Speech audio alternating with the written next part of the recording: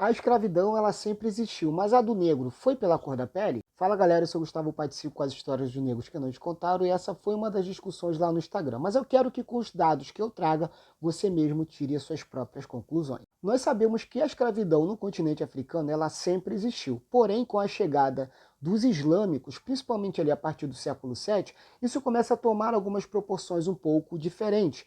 Por exemplo, as rotas transarianas. Esses árabes e também islâmicos, eles começam a fazer as suas expansões e começam a vender negros também para o Mediterrâneo. Até aí está tudo bem. Isso estamos falando do século 7, 8, 9, 10. A prova disso é que esses mouros, esses berberes, foram parar na Península Ibérica, França, Portugal, Espanha, e lá ficaram do século 8 até o século 15, ou seja, levando mão de obra negra escrava já para a Europa, muito antes dos europeus chegarem no continente africano. Tá pegando? Esses mouros, esses islâmicos, os berberes, são expulsos por Portugal da Península Ibérica. E automaticamente o Papa Nicolau, em 1452, ele faz uma carta mandando escravizar todos os berberes, todos os sarracenos e todos os não cristãos. Mas em nenhum momento a bula fala sobre negros. E aí existe uma expedição que chega até o Congo. Porém, essa exploração, quando chega através de Ogucão lá no Congo, ela não foi uma exploração violenta, ela foi literalmente diplomática,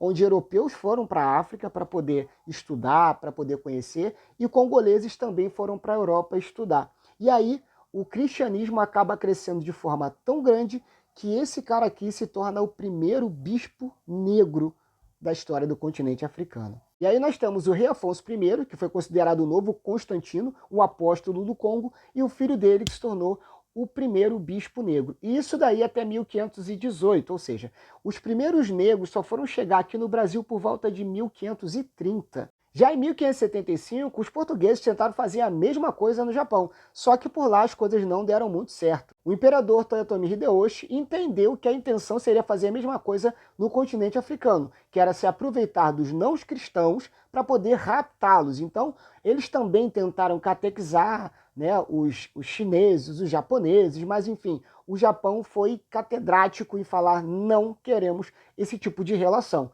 né, do cristianismo sendo implantado no Japão, tampouco a escravidão do seu povo. Então o imperador Toyotomi Hideyoshi cortou laços com Portugal.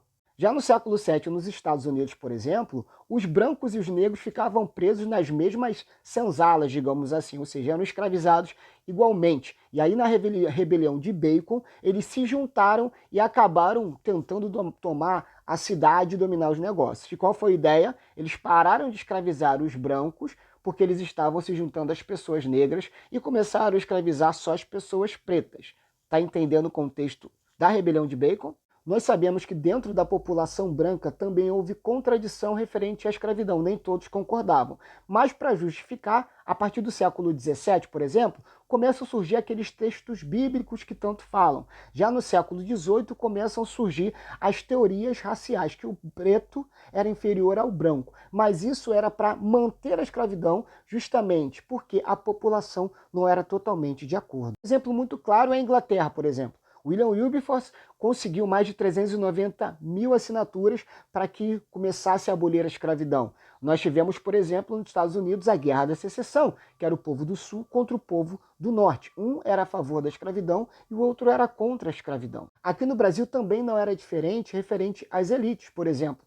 A princesa Isabel teve que trocar o Barão de Cotegipe pelo Rodrigo Augusto Silva para que a Lei Áurea fosse finalmente escrita. Então, eram dois conservadores, que era o Barão de Cotegipe, que ele pensava em esperar mais um pouco para abolir, e Rodrigo Silva, que era um conservador e abolicionista, que fez a Lei Áurea, e a princesa Isabel simplesmente foi lá e assinou. Resumo, no início de tudo, os negros que se convertiam no Congo não eram escravizados, não eram trazidos para o Brasil, eram padres, bispos e todos os reinos que aceitavam geralmente eram poupados da escravidão. Os europeus também tentaram escravizar japoneses, mas não tiveram sucesso.